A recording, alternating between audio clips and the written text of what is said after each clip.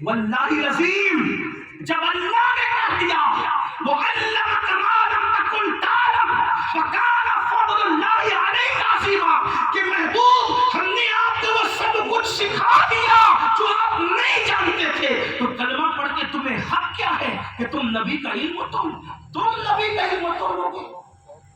تم نبی کے زندہ مردہ ہونے کا فیصلہ تم کرو گے۔ کلمہ پڑھنے کے بعد شرم نہیں آتی جب قرآن کہہ چکا وَلَا تَقُولُوا لِمَنْ يُقْتَلُ فِي سَبِيلِ اللَّهِ أَمْوَاتٌ بَلْ أَحْيَاءٌ وَلَكِنْ لَا تَشْعُرُونَ، جو اللہ کی راہ میں مارے جائیں انہیں مردہ نہ کہو، زندہ ہے، تمہیں شعور نہیں۔ تو جو نبی کے نام پہ مر جائے جب وہ اپنی قبروں میں زندہ ہے تو اس نبی کی حیاتی کا عالم کیا ہوگا؟ اسی لیے سنت کے امام کہتا ہے تو زندہ ہے واللہ، تو زندہ ہے واللہ، میری چشم عالم سے چھپ جانے والے، میری چشم عالم سے چھپ جانے والے۔ ہم یہ کہیں نبی ہماری طرح انسان ہے، یہ بات کیسے اپنے ابا بھی میرے بھائی اپنی طرح نہیں ہے، توجہ آپ کی، اپنے ابا بھی اپنی طرح نہیں، وہ کہ کیسے ابا کی بھی آنکھ ہماری بھی، ابا کی بھی آنکھ ہماری۔ میں کہتا ہوں اپنے آپ کو دیکھ تو کوئی ثواب ملے گا، توجہ ہے آپ کی، برا نہیں مانے، میں اپنے دل کا درد پیش کر رہا ہوں۔ مسلک کے نام پہ جو لڑانے کے لیے آپ تو آ رہے ہیں اور نئی نئی باتیں لا رہے ہیں، میں تو یہ کہتا ہوں ہندوستان والوں کو تو یہ فیصلہ کر لینا چاہیے کہ 1857 کے بعد کے جتنے نئے عقیدے ہیں ہم سب کو جوتے کی نوک پہ رکھتے ہیں، اور اس ملک میں 1857 کے پہلے مسلمان جس عقیدے کے پابند تھے، مسلمان جس عقیدے کے پابند تھے، کون سا عقیدہ؟ جو محبوب الہی کا تھا، جو قطب الدین بختیار کاکی کا تھا، جو 90 لاکھ کو کلمہ پڑھانے والے سرکار غریب نواز کا تھا، اس عقیدے کی طرف آپ کو آنا ہوگا۔ کیوں ڈرتے ہو؟ میں ایسے یہ کر رہا تھا،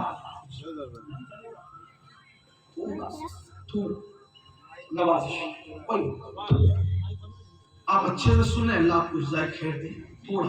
اگر کام کی بات ہو تو پیچھے چلے جا کر کے کر لیں، ایک بار سب بلند آواز سے درود شریف پڑھیں۔ اللہم صلی علی سیدنا سیدنا سورت پڑھ سکتی ہو سکتا ہے، بلند آواز سے درود شریف پڑھیں۔ اللہم صلی علی سیدنا سیدنا حبیبی بالخیر۔ تو 1857 کے پہلے یہ امت جس عقیدے پر تھی،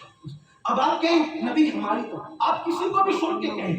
نقصان آپ کا ہے۔ آپ سے بتانا چاہتا ہوں لوجیکل طریقے میں، ہمارے ابا بھی اپنی طرح نہیں ہے۔ کیوں؟ ہم اپنے آپ کو دیکھیں، آپ کی توجہ ہے، ہم اپنے آپ کو دیکھیں، کوئی ثواب ملتا ہے نہیں، اور ابا کو دیکھو تو مقبول حج کا ثواب ملتا ہے، مقبول حج کا ثواب ملتا ہے۔ یہی ناک، یہی آنکھ، یہی کان، یہی منہ تو ہے جو میرا بھی ہے، ابا کا بھی ہے، لیکن مجھے اپنے آپ کو دیکھ کے کچھ نہیں ملے گا۔ ابا کو دیکھ کر رسول اللہ فرما رہے مقبول حج کا ثواب ملے گا، تو پتا چلا جب ظاہر میں میرا باپ میری طرح نہیں ہے تو رسول پاک میری طرح کیسے ہو سکتا ہے؟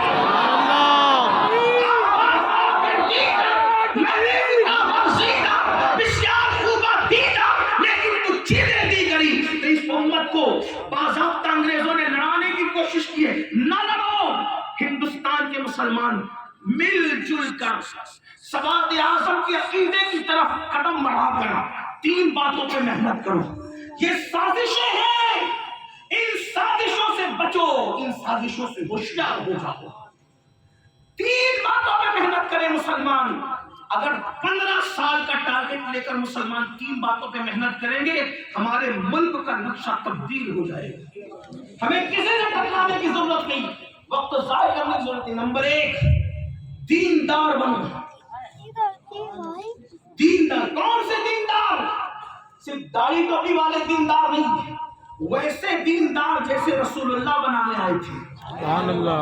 اور رسول اللہ جو بنانے آئے تھے وہ کیسے دیندار تھے؟ ایک جملے میں بتا دوں، اللہ کے رسول علیہ السلام فرماتے مسلمان وہ ہیں، کون ہے مسلمان؟ گوشت مچھی کھانے والا نہیں۔ آج تو مسلمان گوشت مچھی کھانے والے کی پہچان بن گئی، نہ، رسول اللہ فرماتے صلی اللہ علیہ وسلم مسلمان وہ ہے جس کی زبان سے اور جس کے ہاتھ سے دوسرا انسان محفوظ رہے، یعنی نہ کسی کو ہاتھ سے تکلیف پہنچاؤ نہ زبان سے تکلیف پہنچاؤ، یہ مسلمان ہے۔ بتاؤ کیسے مسلمانوں اگر تہجد بھی پڑھتے ہو اور منہ سے گالیاں بھی بکتے ہو تو مسلمانوں کیسے مسلمانوں؟ تہجد بھی پڑھتے ہو پڑوسی کو دکھ بھی دیتے ہو کیسے مسلمانوں؟ فجر بھی پڑھ رہے ہو بیوی کو ماں بہن کی گالی بھی دے رہے ہو کیسے مسلمان؟ سالن میں نمک زیادہ ہونے پہ بیوی کو طلاق کی دھمکی بھی دے رہے ہو کیسے مسلمانوں؟ مسلمانوں یاد رکھو ام المومنین سیدہ عائشہ صدیقہ فرماتی ہیں حضور کی 11 بیویاں تھی 11 میں سے کسی ایک کو بھی اللہ کے رسول نے کبھی زندگی میں نہیں ڈانٹا کسی کو کبھی نہیں ڈانٹا حضور نے اپنی بیویوں کو بھی ڈانٹا بھی نہیں اور لوگ کہتے ہیں مولانا اس کے بغیر کام نہیں چلتا ارے نادان اللہ کے رسول علیہ الصلوۃ والتسلیم نے ڈانٹے بغیر اپنی زندگی کا مکمل حصہ گزار دیا اپنے کسی خادم کو نہیں ڈانٹا اپنے کسی غلام کو اپنی ذات کے لیے نہیں ڈانٹا اندازہ تو فرمائیں آج کیا ہو گیا اللہ اکبر آج ہم سے بیوی بھی دکھی ہے آج ہم سے ماں باپ بھی دکھی ہے آج ہم سے بھائی بہن بھی دکھی ہے تو میں یہ عرض کرنا چاہتا ہوں دیندار بنو دیندار کیسے دیندار اللہ کے رسول علیہ السلام فرماتے ہیں تم میں کا کوئی کامل مومن اس وقت نہیں ہو سکتا جب تک کہ جو چیز اپنے لیے پسند کرے دیکھو ایمان کی کیا کسوٹی دی ہے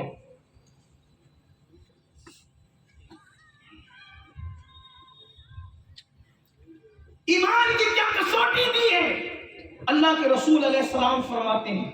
تم میں کا کوئی اس وقت تک کامل مومن نہیں ہو سکتا جب تک کہ جو چیز اپنے لیے پسند کرتا ہے وہی اپنے بھائی کے لیے پسند نہ کرے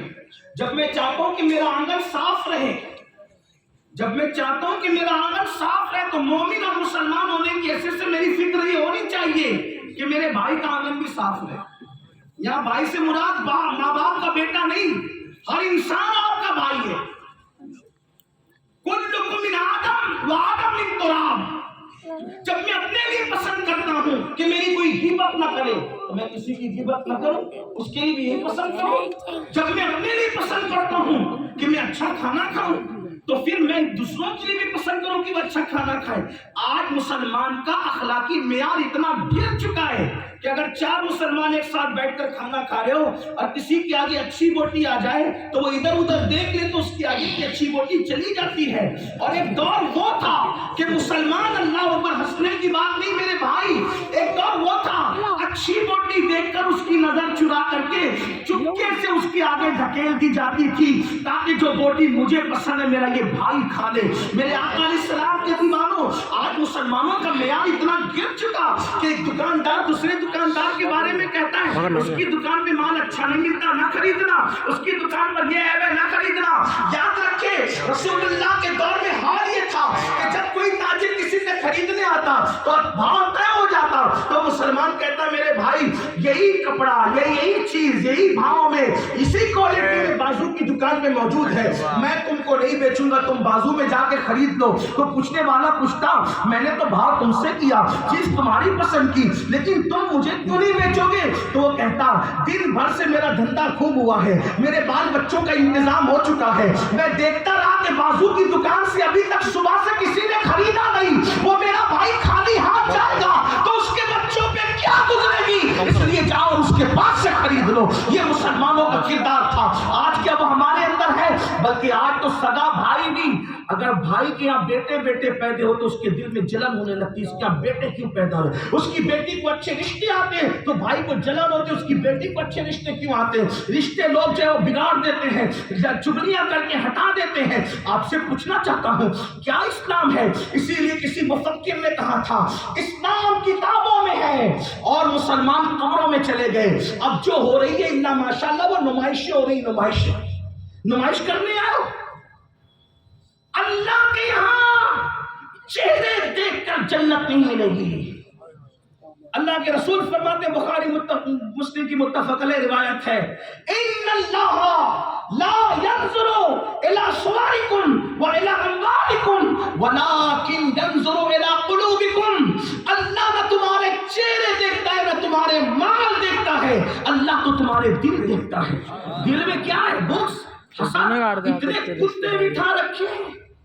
جملے تلخ لگے تو معاف کرنا سور کی گندگی لگ جائے تو پانی گلاس بھر پانی سے دھل سکتی ہے، لیکن یہ بغض کی گندگی سور کی گندگی سے زیادہ ہے۔ یہ دلوں کے اندر جو سور اور کتے بٹھا رکھے ہیں، ان کو کب نکالو گے؟ عشق مصطفیٰ کا دعویٰ، جس دل میں بغض ہوگا اس میں عشق مصطفیٰ کیسے ہوگا؟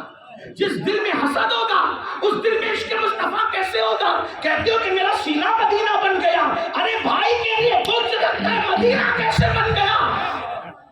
جب تک کہ دلوں کو صاف نہ کرو گے، میرے آقا علیہ السلام نے فرمایا اے انس صبح اس حال میں کرنا کہ تیرے دل میں کسی کے لیے کینہ نہ ہو، یہ میری سنت ہے، اور جو میری سنت پر عمل کرے گا وہ جنت میں میرے ساتھ داخل ہوگا۔ آؤ یہاں سے لے کے وہاں تک، حد نگاہ تک جو مجمع ہے، اور دائیں بائیں ذرا دل